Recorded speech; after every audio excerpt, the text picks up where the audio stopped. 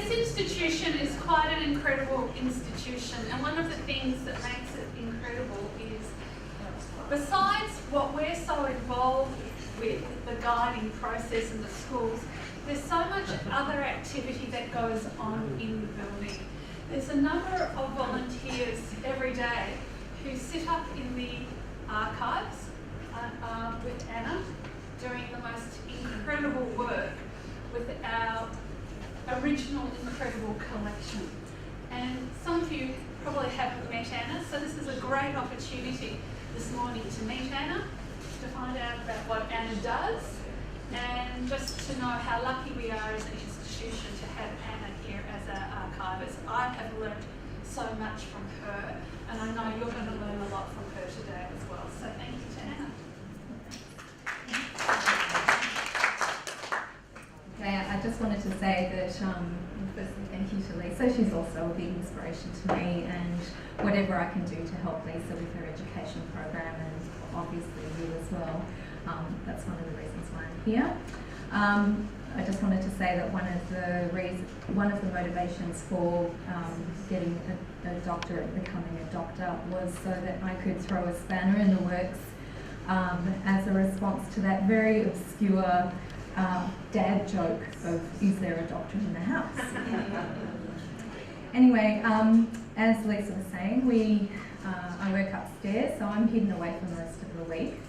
And having worked in university, lecturing and tutoring, it's actually a very safe space. So I'm not at the cold front as you are, dealing with students and their difficult questions.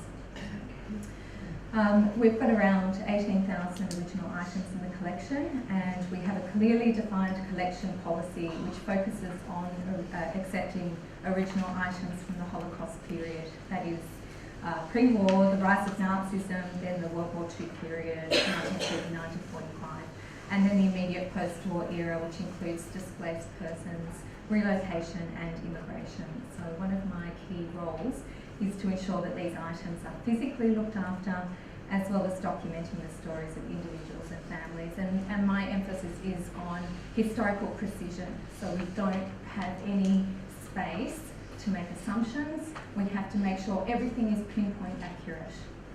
And it means going back to the various collections that over the years have come in, and some of them don't have any details with them. So people may have just left items and nothing was recorded, so often it's a battle. So this session is going to be about a few things, and I know a lot of you are going to be sitting there saying, well, we do that already, but it's good to go over these issues. And also I'd like to encourage you to find the golden threads in the museum, and find the items that that resonate with you and that you really understand, and then draw them together. So I'm going to be exchanging ideas and suggestions with you. I'm very open to hearing what you need, and it's not about me standing here telling you what to do. It's you tell me what you need, I will see what I can do to help you. We also have a series of information sheets that are called artifacts, and these are available from Lisa and the education team. And one of my objectives is to increase these and really build them up as a series. Now, each time I go into the museum, and it's very strange that I don't get a chance to spend as much time in there as I like, I always notice something new, and I make a new connection, increase my understanding of events. And I encourage you to spend as much time as you can, just when you're waiting for the students, go in, have a walkthrough. See if you can just walk through on your own, or with your colleagues and peers. Just walk through, spend some time looking at a new thing, something that you may not have noticed before. Read it carefully, examine the physicality of it, try to find out a little bit more about the history of it. And that way, and because there are a number of items in the museum, that way it will just refresh things for you, and it will also enhance your teaching. Now, artifacts give you the opportunity to personalise various experiences within the show and narrative. They demonstrate just how thin the membrane was between luck and death. I want to encourage you to examine the items at your own pace, and then you can decide which you would like to focus on and talk about. So as I've discussed with Lisa, and Lisa has advised me, a lot of the guiding that you do is based on, you're given a lot of leeway of what items you'd like to focus on and talk about, and this is something that we really encourage. So to make sure that you focus on specific items, ensure that the historical background is correct, is historically accurate, which means that you're going to be doing wider reading on those areas, and then you can link it back in with the historical narrative and the family story connected to that artefact. Okay, so as a researcher, I like to create links, so the golden thread, as I mentioned earlier, and I like to use items to illustrate these. So I've prepared for you 3 case studies. Yes, bad pun, I know, but I just thought that these were 3 objects that are found in a museum that you can, this is an example that came to me just as I was going through and examining, and each of the cases have a different story and a different outcome. Now the first suitcase belonged to Richard Tandler, and this is in the Rise of Nazism section. He was a trained architect and designer from Austria. He worked in his father-in-law's company designing metal householdware, including light fittings and silverware. Richard had served as a lieutenant in the First World War, and the family were quite assimilated, but retained a moderate Jewish cultural identity. So Richard and his wife Bertel and their 9-year-old twin daughters Lisette and Suzanne escaped from Vienna on the 9th of November 1938, which was Christmas. Okay. Having applied for exit visas for many months, and given the rise of violence and oppressive laws, they emigrated to Australia via London and Canada. They sailed on the Aorangi and continued their journey on the Duchess of Bedford to Melbourne, Australia. So what are the key themes of this suitcase? What does it represent? And what is inside the suitcase? What was inside the suitcase? What is inside the suitcase? And what's not inside the suitcase? And I'm talking about this in a literal and in a philosophical way. So firstly, we think about what we know about Richard Tandler and his family. We've got documented evidence from his daughter Sue Kopolov, and we're actually working on a project with Sue to expand this.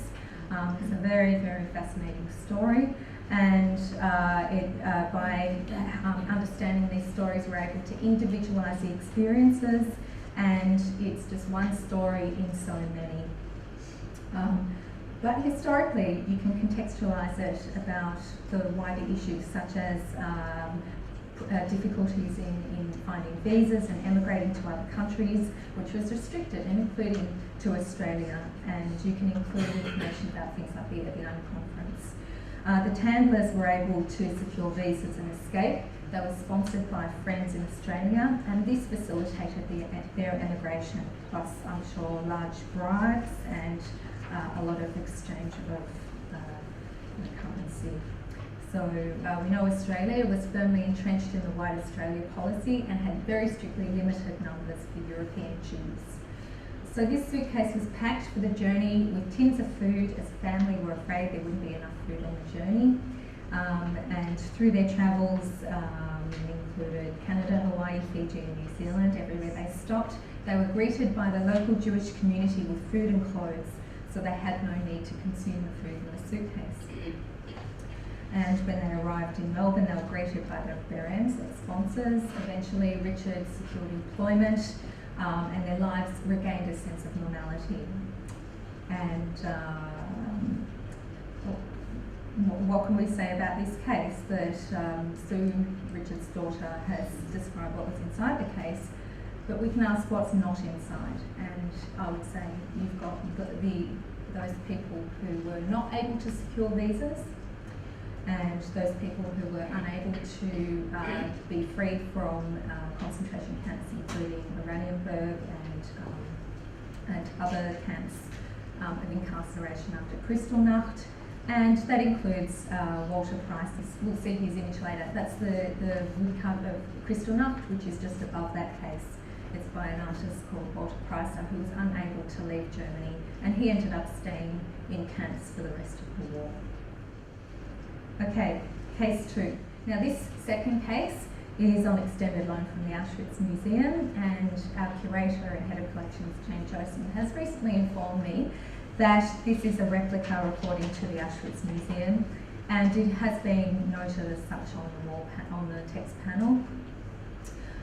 But this is something that I would like to investigate, and we're debating whether it is a replica or not, or why would it be a replica and who's making these replicas. That's beside the point. That's something we always need to deal with when we're looking at objects, is finding provenance and authenticity. But one of the things I looked up was the address. Now the address is in central Vienna, and I've actually asked our Austrian intern to see if he can contact some archives in Vienna and see if he can find out which family lived at that address. It would be very interesting. See, this is a sort of detective work, side to what you do, but it's something that we need to do when we're looking at these objects. So let's think about this object and what is not written on this case and how it connects with the historical narrative. And I see written in, well, implied ink, deception, theft and murder. This case from Auschwitz demonstrates two key themes of Nazism in practice: murder and pillage. This suitcase symbolises both Nazi genocidal anti-Semitism with Nazi pillage. So when you have a master race, you also have a slave race. This suitcase has also been labelled by the Nazis with three things: the lies, theft and murder. We know the methods of murder, and we can go through those, and the directives to relocate and only take a small case. Many would fill their cases with the last of their valuables. And one of the first activities of the death camps when a train arrived full of Jews was to remove their luggage and their possessions, which were gathered in the sorting area. And I'm reading House of Dolls at the moment, which, if you think you oversleep, then you should read things like that. And it describes how they are slitting the seams of clothing to find any gemstones. So slave labourers under guard would search through and sort items, and this was one of the motivations: to pillage, steal valuables including money, jewellery, gemstones, bonds, and also gold from teeth after the victims had been slaughtered or gassed. And this funded the very expensive German war machine. So I think that it's very important to convey why some Jews were kept alive. Okay, they became slaves, so that's part of the slave race, serving the master race, and they were gathering items which were funding the perpetuation of war. Okay, other people who were not immediately gassed or killed had their health and work rights stolen through forced, grossly underpaid labour. This again is theft. Okay, labour itself was to produce armaments and services to keep the war machine operational, and you can, if you're talking about specific labour camps, you can explain what type of labour they were undertaking. So they were making armaments or components for armaments. They were also building roads to facilitate movement. Okay, the theft of property is a key motivation for genocide, and this has been documented in other genocides. In the Lodge Ghetto Chronicles, which I have an excerpt here, it has been documented that bedding and fur coats were confiscated to send to soldiers fighting at the Russian front where it was freezing. And this also commodified Jews as less than human, stealing hair from their heads which would be used in mattresses. So you can see that Jews were being reduced to their possessions, and their possessions were then being taken and being used for soldiers, for other German families, for non-war related, well, incidentally related items for German usage. So what's the difference between Richard Tandler's case and this case? Anyone? What's the difference? Yes? One represents freedom. Yes? The other takes all Yes? Yes, anyone else? Anyone else? Okay, I think luck is a big, luck. Okay, either luck or split-second decisions, or whether people have help from other people, socio-economics, family connections, business connections. There were often people waiting it out who had experienced the First World War and were hoping that things would improve, and then they left it too late. Right, on to our third case. This is a case that the theme is survival. This case belonged to Basha Heyman. It's located in the Australia Home section. So from the artefacts fact sheets, we not only have the history of Basha, but the emotional contents of this case. And to condense the information, Basha Heyman was born in 1920 in Lithuania. During the war, she moved into the Kovno ghetto and worked as a slave labourer in an aircraft factory. So when you say aircraft factory, it's not just passenger jets, we're talking about fighter jets. Okay, so she was relocated, and I know I'm saying the obvious, but when you're talking to students, they may not be aware of this, so you have to be very precise and have that attention to detail.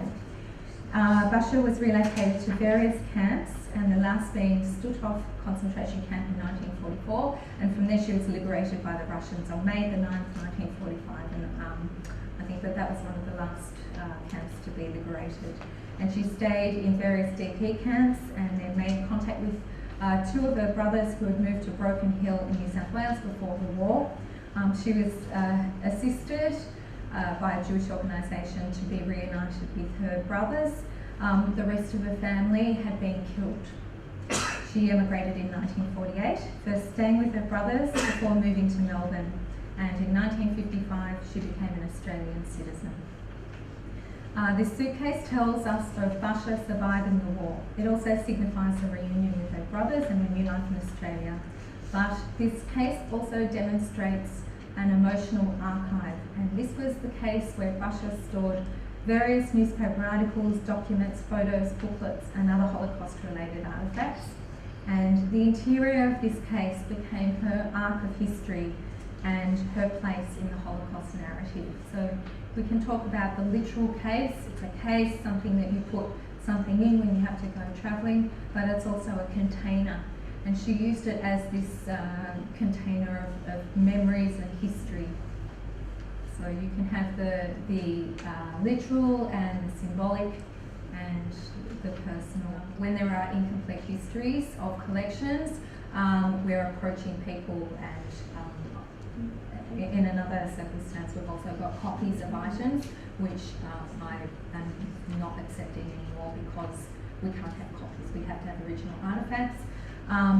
Then it's about approaching people and saying, now are you willing to give us your original artefact? Why is it such a big thing about having originals and not copies? Proof. Evidence and proof. Okay, so when you have a copy, what does that say? It could be a forgery. You'd have people saying it's Photoshop. The other thing is that because we're a museum and we have a very specific, unique, well, we claim to have a unique collection which is very much connected with what? Melbourne, Australia, Victoria. We have a very strong link where most of the items in our collection have a connection with Melbourne, is that we want to keep it, we want to have a very precise collection. So let's return to the basic premise of this session. Why is it important to refer to artefacts as your guide? And as I've just been saying, what is the purpose of a museum? And what does it mean to have artefacts in the museum, rather than just looking at the wall panels and the text and the overarching themes. If you look at the artefacts, you are giving students and adult visitors here, you are showing them proof and all the little nuances of all the experiences that various families had, various individuals had. Okay, so think about how you respond to artefacts. When you visit museums, how much time do you spend looking at objects versus reading information from the walls? Do you come away from exhibitions feeling fatigued and overwhelmed, Or are you inspired to undertake further investigations about specific pieces or specific topics? So think about the way you, when you go to an art gallery or to a museum, the way that you respond. Okay, so when you think, one of the things I'd also like to know is what you also think about interactive multimedia portals. Do you spend a lot of time using them? Do you find them useful? Can we have questions at the end? Oh, no, I thought you were asking. No. We're at the rhetorical question. Just for you to think, and then, you know, when all the questions emerge in your head, then at the end we'll go through them. So I think it's very important to consider these rhetorical questions as you are now on the other side of the museum audience. So think about you as a museum audience and think about yourself as a museum guide, as an educator and a presenter. So you will often know it's a case of reading the audience and moulding your guiding to their responses, gauging the level of interest, depth and information they want or would benefit from. Okay, so as an archivist, my focus is on artefacts, but these items do not stand alone as merely objects. I don't just measure them up and describe the physical characteristics, that's only half of it.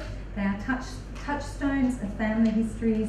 They're intrinsic to the way we convey the toll of the Holocaust on individuals and on families from all over Europe. Okay, when we articulate Holocaust history, it only provides an overview. It's impossible to speak of all the details. You of course know this because each time you're with a school group, you are compressing history due to the limitations of time, and you're also ensuring the content is suitable to the audience. But the effect will nearly always be overwhelming, either through the statistical information or through the details of obscene cruelties. So we're very fortunate to have our survivor guides who can relate their personal stories, and to me the survivors are the most precious of our artefacts. Their direct method is to re-individualise this immense history.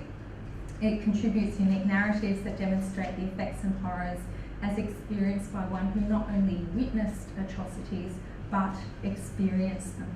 In research terms, the survivors are primary sources. The tattoos on their arms and their oral testimonies bear witness to history and they counter the deniers. We can also consider original artefacts as silent witnesses. So we're obviously working to the point when when our survivors are unable to guide anymore, and then it's going to be very much reliant on our artefacts and other methods. The importance of referring to the items on display to tell stories includes the fact that these are material evidence, ID cards, these are applications, items from concentration camps, and photos of people who were killed, and testimonies. And another thing is the geographical spread, and that's something I think that is quite immense, but one thing that is something that hopefully in our new version of the museum will incorporate will be this, and I know it's done in some formats here, but just the spread of geography and of where everything is located. Now I'm just going to go into details with 3 key sections of the museum, just to discuss some further ideas. And the first one is the rise of Nazism. When we look at the rise of Nazism, as with other sections, there are often 2 phases: the introduction of Nazism to Germany and then its effect through annexation and war. So as historians love to say, nothing happens in a vacuum. So it's a good idea to emphasise that Nazism was not some innovative concept, rather it consolidated long-standing anti-Semitic and racially supremacist attitudes, as well as colonialist expansionism and political ideology within the modern 20th century context. The ideologies espoused by the Nazis were nothing new, and Jews had experienced variations of these for centuries.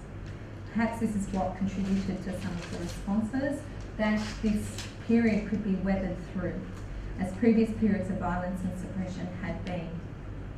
Now, as with many people and locations with a history of subjugation, we can look at the responses against a timeline and consider these as typical.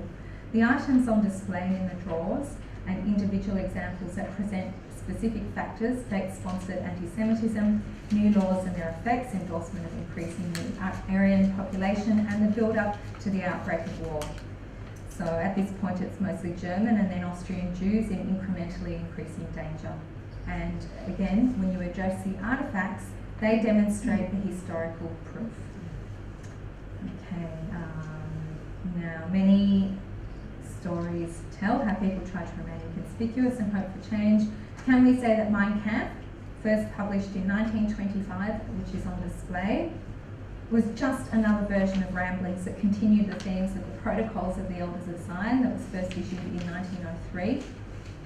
The Nuremberg Laws came into effect in 1935 in September, and the Evian Conference was held in July 1938, effectively signalling most of the world shutting their gates to the Jews of Europe due to their own racist policies. Kristallnacht in November 1938 was the consolidation of fears, and this has been presented, albeit retrospectively after the war, in the woodcut by Walter Preiser, who depicts the synagogue on Oranienburger Strasse in Mitte in Berlin on fire. Okay, other artefacts include J passports and letters concerning employment or termination of employment as evidence. Some of them, with some items we've made facsimiles, so that means that because, particularly things like, you've got to look at the material elements of artefacts and how fragile they are. Fountain ink, once it fades, you can't get it back. So if you have something that has fountain ink on it, you keep the light very low, but when you have the light very low, you can't read it. So the decision can be made to make a facsimile, and that way people are able to read it. So anything that is made a facsimile of is clearly marked in the cases, but it will also say whether we have the original in the archives upstairs being kept very safe. Okay, so can I just ask a couple of people what items in this section you focus on and why, Mary? I find the letter by the lawyer to on the termination of the employee dated 1938, the last line, and you should be treated as if he had died, makes a tremendous impact on the student. Okay, so what issues do you discuss with the students about that letter? The thing that I find as a lawyer, a price lawyer, is that this was all done legally. Yeah. The Nuremberg Laws, Yeah. what you emphasise is this is not going outside of the laws. This was the law. They were perfectly in their rights to write such a letter. We find it terrific, looking back at the, and especially in Australia, which has got such a strong focus on labour laws and the way it treated workers. And this is a very, very poignant and significant example of what laws that promulgate hate can do. Everything's done under the law. So I find that very, very distressing. Okay, and in a very obvious way, when you take away someone's employment, what are you taking away? Their livelihood. Their livelihood, their food, their identity, but most importantly, their food. I mentioned the action of William Cooper. Yes. I find that sort of as an Australian, to talking to Australian peace, because that was the only reaction in support of the Jewish people. No other country, no other people. Yeah. Yeah. William Cooper's a one-off story, and having met his grandson, Boydie, who carries on the legacy and further descendants, it's a really fascinating story. Yes. Another thing that I find really nailed is the bronze star, the bronze cross, the bronze medal, because it depicts the two strands of racism, creation of the master race, and the letter creates the... This medal here, for having babies, it's very, very, to be awarded to increase, this is the whole issue what I was saying about before. When you promote a master race, you also need the slave race to facilitate it. Okay, the master-slave relationship is very important, and to increase, well, we also know all the very distasteful methods for for women under the Nazi, German women under the Nazi regime. This is, I think, an extremely important section of the museum. They are crucial in the Holocaust narrative as they demonstrate foundational conditions for deportations to concentration camps and death camps. We've got to focus on the Lodge Ghetto. As most of you know, two of the JHC founders, A.V. Goldberg and Von Arena, had the foresight during the war to bury cases of items as evidence.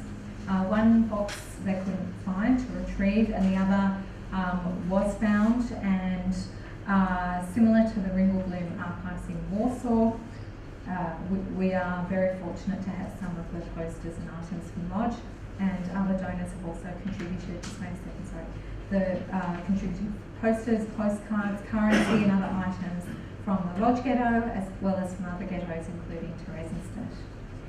So I think one of the best primary source materials for you to read on the topic of the Lodge Ghetto is the Chronicle of the Lodge Ghetto. Okay, it's in the library. There are a couple of copies, and I found an excerpt online if you just want to have an overview of how it's presented.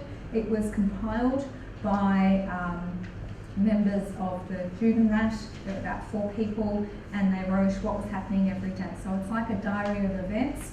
It talks about how many people came in and where they came from, how many people died, suicides, which are also when people just couldn't take it anymore, and the rations, and then obviously the deportation. So it shows the process in a very meticulous way, and it's another good way to lose sleep.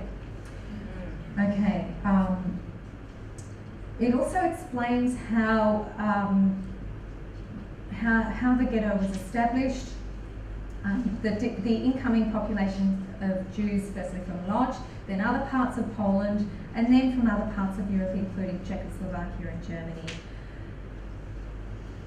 And Lodge funneled as a collection point of Jews, funneled together from various locations, and then they were collected to be deported to the death camps for extermination, and using the typical Nazi tactic of deception, convinced that one could stay alive if one could work, as you'll see with the work cards and also the ration cards, but the bait was usually relocation to a labour camp. So when they were gathering people for relocation, it was, we're going to be relocating you to a labour camp.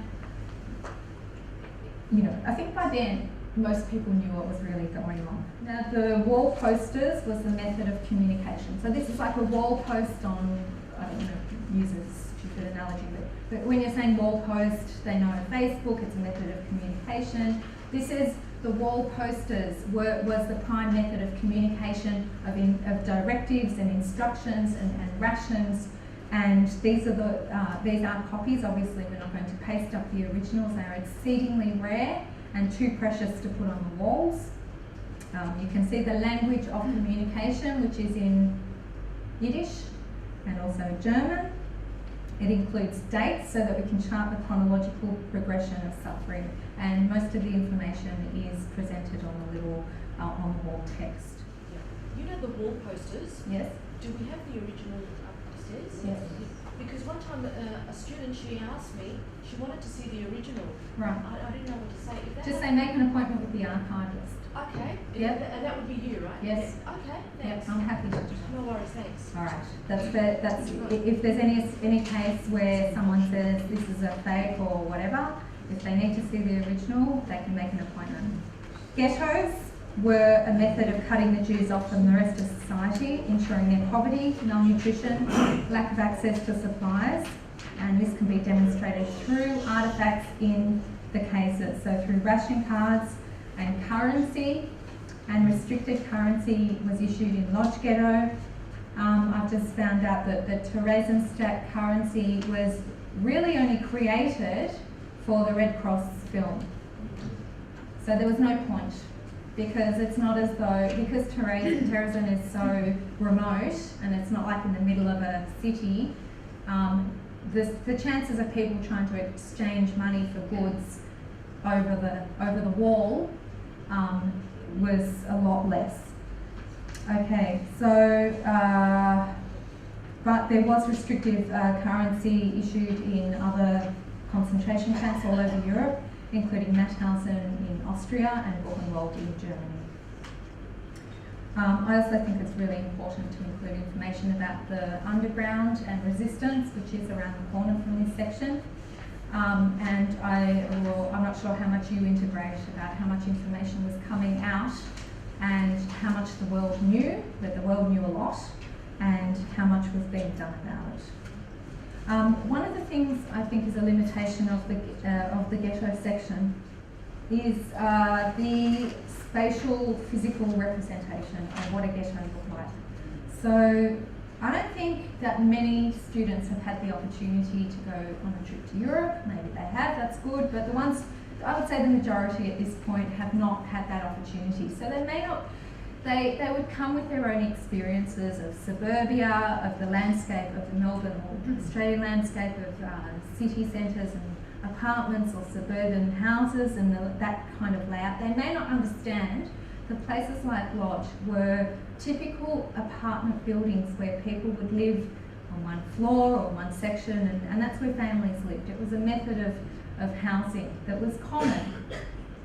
And that the ghetto was not purpose-built, but it was shut off or walled off to create a very limited section of the city, and then more people were funneled in, as I said before, and that the houses, which usually, say, a 4 or 5 room apartment, was now housing a family in each room, or two families in one room per apartment. So it was concentrating the population, and also people from various places, and the build-up of disease and lack of food and other supplies.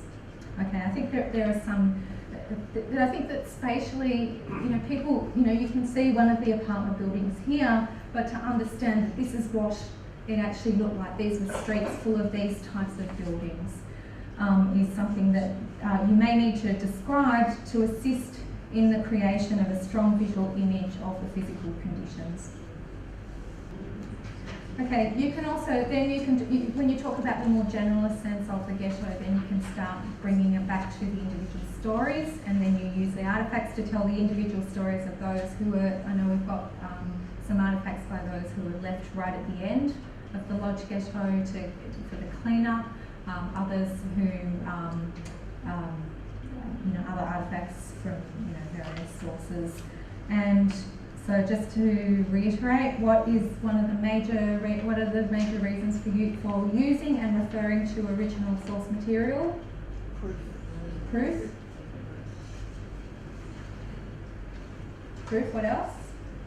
Individual stories, so family stories, demonstrating, as Mary said, the legalised system of oppression and deprivation, and also to chart the historical passage of how people were first, this happened at the beginning, and then gradually the situation got worse and worse and worse. But if you start off here and the situation's getting worse gradually, do you notice the change, or do you just keep wearing the change? Okay, so right, now we move to the third and final section for today, which is the section on children. And obviously and naturally, this is the most emotionally overwhelming because it's something the students can immediately relate to as their peers through history. 70 to 80 years ago may seem the same as imagining centuries ago, so that when you draw the students' attention to items that were made by and of people their own age, you help create a sense of connection through familiarity, drawing, writing, playing games. And this can further demonstrate how normality was destroyed by the Nazis and enhance the stories that they already are familiar with, including Anne Frank and other set texts. So to look at the display cases, we've got the Bromé painting, which is a painting by Abraham Bromé, who was a Dutch playwright. He painted this portrait of his son Jacques at the age of 13. And Abraham, Jacques, and Abraham's wife Sophia were deported and murdered in Auschwitz soon after this was painted. And we've also got a number of Bromés stage plays. And we've also got the Monopoly board and cards and the book of drawings. So we've got very typical children's items. And they're not that much different from what is available today. And the Janusz Korczak sculpture by Sarah Saroni, which has multiple meanings. Sarah having held a false Polish identity throughout the war, and with the chance of being caught at any point. So she totally lost her childhood, and she's representing another Polish Jew, Janusz Korczak, who's a famous personality and educator, and he refused the chance for freedom in order to stay with the hundreds of children in his orphanage, and he accompanied them to the trains and the destination of Treblinka, where they were all gassed. Sarah has honoured Korczak, but I also see reference to the younger relatives of Sarah who were killed, as well as to the loss of her own childhood. And I've just been investigating books that were written by Korczak, which were written for children as well as adults. And I think we've got a few in the library, some in Polish for all you fluent Polish readers, but I think we've got a couple in English. And apparently one came out, I think it's just been translated. I'm going to see if I can get the translation of it, which is almost like a precursor to the Harry Potter stories. And why is this so touching? It's that, you know, you've got these people, you are bringing their stories to life, and you are honouring them. And it's not just, oh, you know, this person died and this happened to this person, but really showing the depth of loss in a cultural, spiritual, and as well as a physical sense. And I'll be holding a masterclass on Monday the 22nd of August at 7:30, where I will be able to provide you with some more details on the aesthetic, philosophical and historical issues that are connected to these artworks. And if anyone is interested, my conference paper that I presented in ACO in March is on YouTube. And I was talking about the High Style model and emotional testimonies. Okay, so in the interim, if there are specific works of art in particular, so that I can prepare for that session, that you really like to talk about with your people, your students as well as adult visitors, then if you can let me know which ones you would like me to focus on, please email me or let me know which ones to include, and I will do that. And again, with any other artefacts in the museum that you prefer to talk about or that you would like to talk more about, if you'd like to let me know which ones they are, and whatever information I have on those, I'll be able to provide, or I'll be able to see what I have. If we don't have any information, like I said before, often we have artefacts that don't have any history attached to them. So obviously artefacts are useful because they are tangible evidence of the experiences. They demonstrate the measures and means of suppression by the fascist Nazi government and to either escape or endure the war. These items are also evidence of people who did not survive. And the plan is to increase the information that is connected to these artefacts, and this will be an ongoing process. And again, my interest is what information you need. So in a very practical sense, I'm not going to be just giving you information on things that you're not going to use. You can approach me and tell me which items you need more information on. So I also want to thank you all immensely for the very hard work you do. It's incredible. It is really incredible, and it's highly valued here. So thank you very much.